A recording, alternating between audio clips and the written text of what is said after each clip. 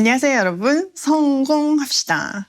여러분, 만약에 지금 하고 있는 일 가운데서 엄청난 공격을 받고 있다면, 그것 때문에 너무 힘들어서 포기해야 되나 이런 생각을 하신다면, 오늘 하나님이요, 그 적이 나를 두려워하는 날이 온다 이렇게 말씀해 주시는데요. 오늘 그 내용 한번 보도록 할게요. 자, 오늘 내용은 이스라엘 백성이 하나님의 인도하심을 따라서 광야에서의 여정을 회고하는 내용이에요. 특히 하나님께서 에돔, 모압, 암몬, 아모리 이 땅을 지나갈 때 어떻게 해야 하는지 아주 구체적인 디렉션을 주심으로 해서 하나님의 주권과 하나님의 신실하심을 강조하고 있어요.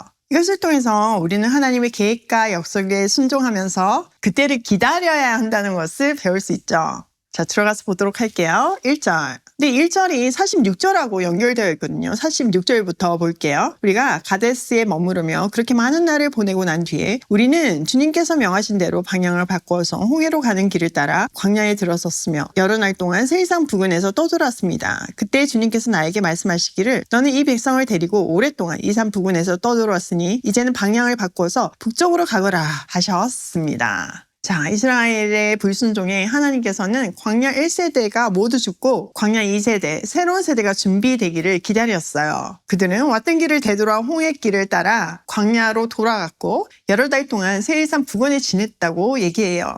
자, 여기서 여러 달은요, 38년의 광야 생활을 말해요.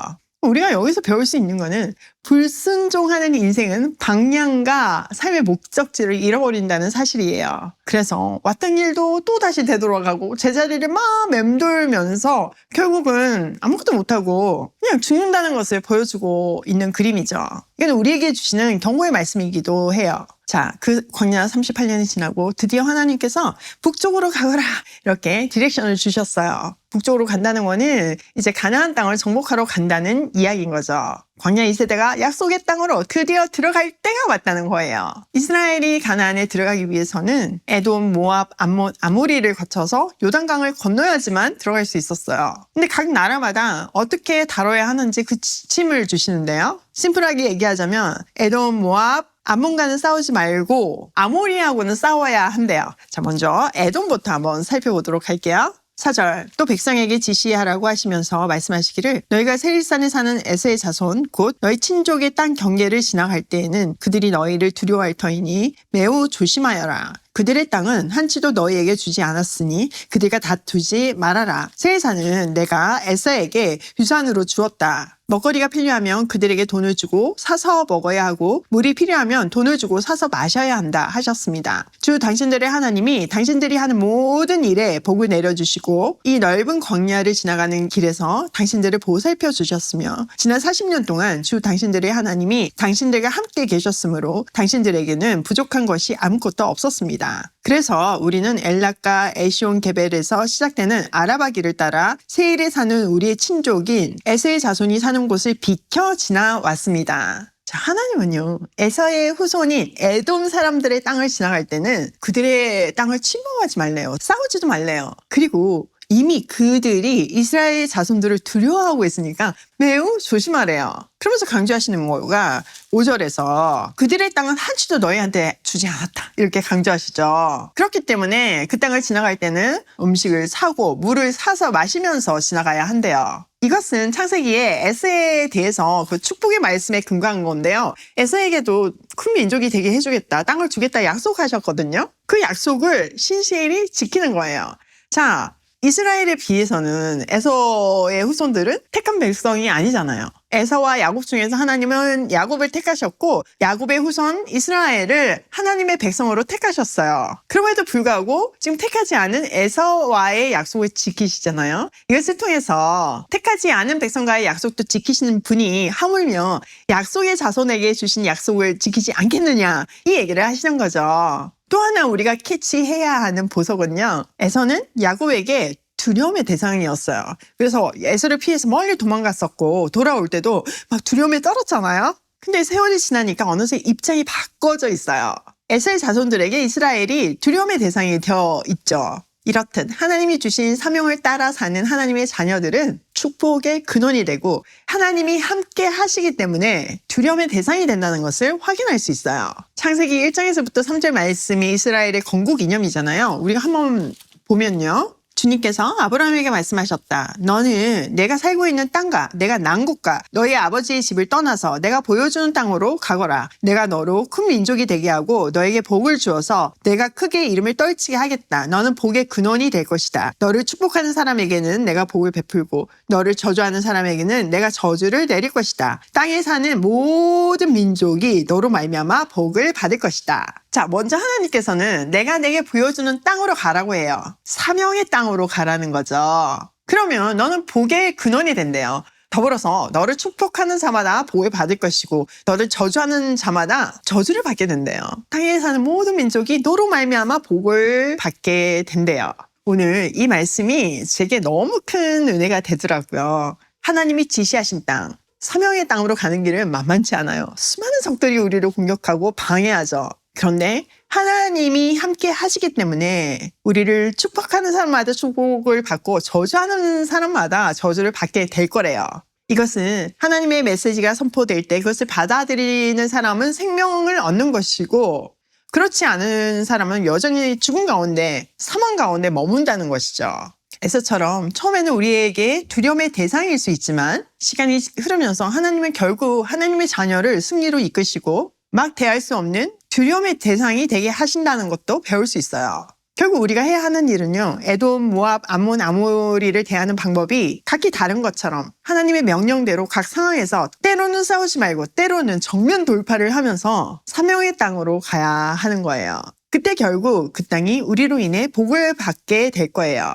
여기서 복은 하나님을 아는 복인 거 아시죠? 왜 하나님을 아는 것이 복일까요? 네, 맞아요. 우리가 하나님을 알 때 영원한 생명이 주어지기 때문이죠. 그것뿐만 아니라 하나님은 우리를 지으신 창조주시잖아요. 그 창조주를 알 때 비로소 내 존재의 위치를 알게 되는 거예요. 사람은 내가 어디서 와서 어디로 가는지 알지 못할 때 굉장히 두렵거든요. 근데 우리는 어떤 존재인지 어디서부터 와서 어디로 가는지 분명하게 알고 있기 때문에 우리에게 주어진 구간을 잘 달릴 수 있는 거죠. 또 하나님이 이 세상을 지으시면서 룰을 주셨잖아요. 근데 그 룰은 서로를 살리고 행복하게 하고 사랑하게 하는 그런 룰이었어요. 그렇기 때문에 우리가 하나님을 알게 될 때 비로소 사람답게 살 수 있는 거예요. 하나님이 주신 우주 만물을 충만하게 누리면서 살 수 있는 거예요. 또 우리가 하나님의 매뉴얼대로 서로를 대하기 때문에 이 땅에서도 천국을 누릴 수 있는 거죠. 제가 오늘 아침에 시장에서 강의를 하고 왔어요. 미래특강이라고 한 달에 한 번 있는 오세훈 시장님도 배석하는 굉장히 중요한 강의였어요. 그곳에서 제가 한 시민의 기적이라는 제목으로 오이 패밀리 스토리를 나눴어요. 제가 강의를 시작하기 전에 몇 분이서 저한테 이런 얘기를 하시는 거예요. 여기 지금 다 공무원들이라가지고 되게 거놈하시다. 그래서 아마 강의에 호응도가 굉장히 낮고 표정이 없어서 아마 좀 힘드실 수 있으실 거다. 그러니까 미리 아시고 강의하셔라. 상처받지 마시라. 막 이렇게 얘기하시더라고요. 근데 오이 패밀리 이야기가 진행될수록요. 그분들이 눈이 그냥 반짝반짝 하시면서 정말 그 호응도가 너무 뜨거운 거예요. 어떤 부분에서 이렇게 막 박수를 치시기도 하시고 또 어떤 분들은 막 눈물을 흘리기도 하시더라고요. 왜 그렇겠어요? 네, 생명 메시지가 전해지니까 그런 거예요. 그 생명에 사람들은 반응할 수밖에 없어요. 여러분은 그 생명을 전하는 사람입니다. 그러니까 두려워하지 마세요. 하나님이 함께 하시니 우리는 시키는 일을 담대하게 하면 되는 거예요. 그 이야기를 나누면서 진짜 오늘 이 메시지가 너무 와닿는 거예요. 아, 우리는 복의 근원이 돼야 하는 거구나. 내가 하나님이란 단어를 안 썼지만 오이 패밀리의 모든 그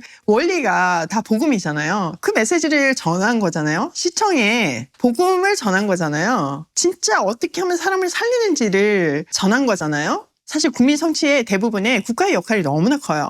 저소득층일수록 국가가 정말 잘 서포트해야 하는 거죠. 굉장히 중요한 역할을 하는 거죠. 또 우리가 돌보고 있는 정말 부모가 없는 아이들, 부모가 있어도 그냥 없는 게 차라리 낫겠다고 생각이 드는 그런 부모 밑에서 자라면서 트라우마 속에서 고통받는 우리 조카들도 꿈을 꿀 수 있고 내가 열심히 하면 진짜 할 수 있구나, 행복해질 수 있구나. 그게 그냥 말뿐만 아니라 그게 실현되도록 돕는 것이 사실 국가의 역할이잖아요. 그럼 공무를 보는 공무원에게 이 말씀을 전한다는 것이 제게 큰 감격이었어요. 이제 복음의 씨앗이 떨어졌잖아요. 말씀이 역사하실 줄 믿어요. 이 복음적인 원리가 오이 패밀리에 적용되었을 때 우리 패밀리 안에서 생명이 살아나는 기적이 일어났잖아요. 마찬가지로 이 공물을 보시고 또 나라의 법을 만드시는 그분들에게 우리가 각자의 위치에서 그 메시지를 전할 때 우리나라는 살기 좋은 나라가 될 줄 믿습니다. 생명이 살아나는 멋진 대한민국이 될 줄 믿습니다. 자, 오늘 내용을 우리 삶에 한번 적용시키면 첫 번째, 하나님은 신실하게 약속을 지킨다.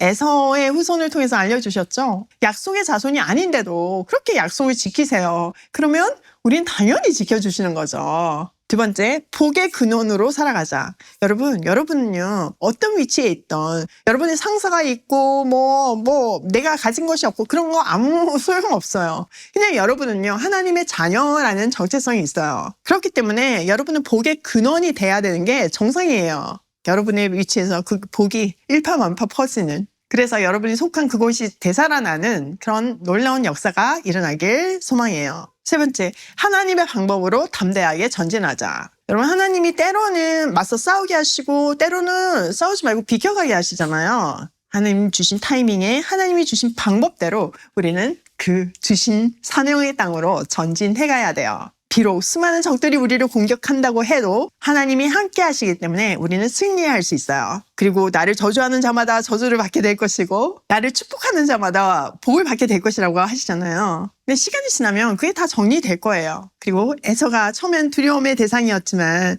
이제는 입장이 바뀌어서 이스라엘이 에서의 후손의 두려움의 대상이 됐잖아요. 그 하나님의 계획을 신실하게 믿고 오늘도 용기를 잃지 말고 고고싱해요.